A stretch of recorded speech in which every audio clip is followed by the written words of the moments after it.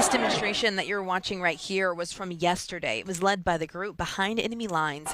They promised to shut down the DNC, like what happened back in 1968 here in Chicago.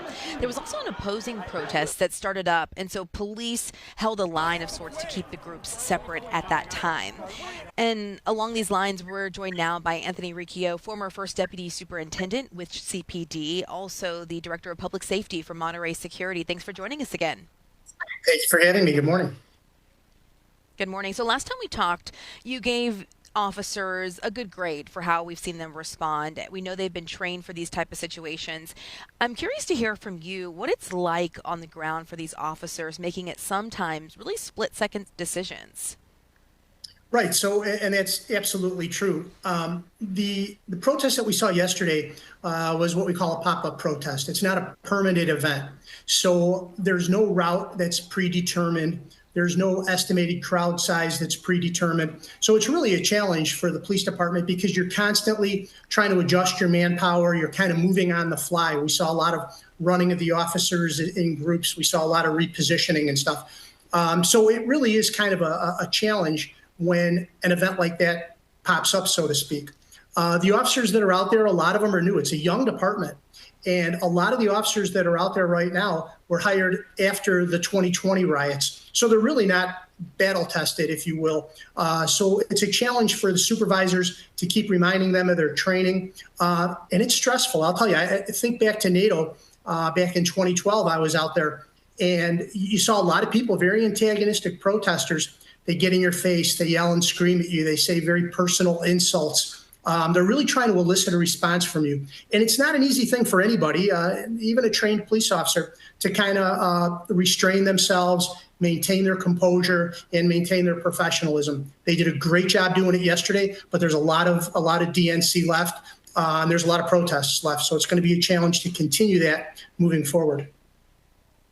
And yeah, like you said, we have the pop-up protests like we saw. We also have planned protests like today at 4 p.m.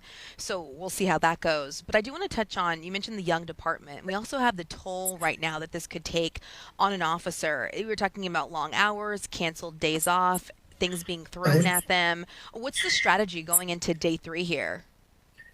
I think what they need to do is kind of rotate these officers around. The officers who have been on the front lines are really the ones that have been taking the brunt of this so far.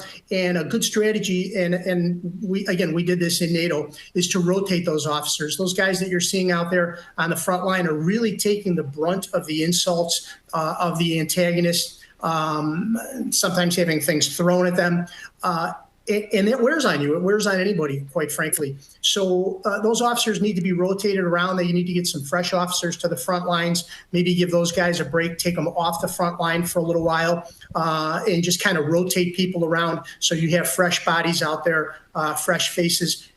What you don't want to see is officers, as this kind of builds, you know, all the protests and all the insults and all the antagonism, it has kind of a building factor. And the more you're exposed to it, the less tolerant you become of it. So before anybody overreacts or doesn't react professionally, it's good to rotate those guys around, get fresh bodies in there, and continue to maintain that professionalism that we've seen all along now. The officers have been out there since Sunday on these 12-hour days. Today's Wednesday. We still have today, Thursday, and potentially even Friday for some of the protests. So there's still a lot of convention left, and there's still this level that we're seeing. It's a very high level for these officers to maintain. They really need to be able to take a step down, catch their breath, get some fresh faces in there.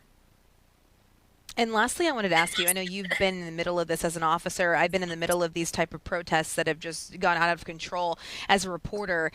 I want to talk to a peaceful protester who might be listening that finds himself in a situation in need of help, maybe from an officer. What would you recommend people do when it just gets chaotic? So, I mean, and that's a good point. Sometimes people get swept up in it. What they thought was going to be a peaceful protest suddenly changes and becomes similar to what we saw yesterday. Any protester out there, any person out there who feels scared or threatened can walk up to any police officer and say, look, I'm not a part of this, and they'll get safe passage out. The officers will make sure that they get escorted to someplace safe. get away from the chaos, get away from the violence. So my suggestion to anybody who doesn't want to be a part of it, who finds themselves kind of trapped by it or swept up in it, simply walk up to any police officer and say, hey, I need help. They'll help you.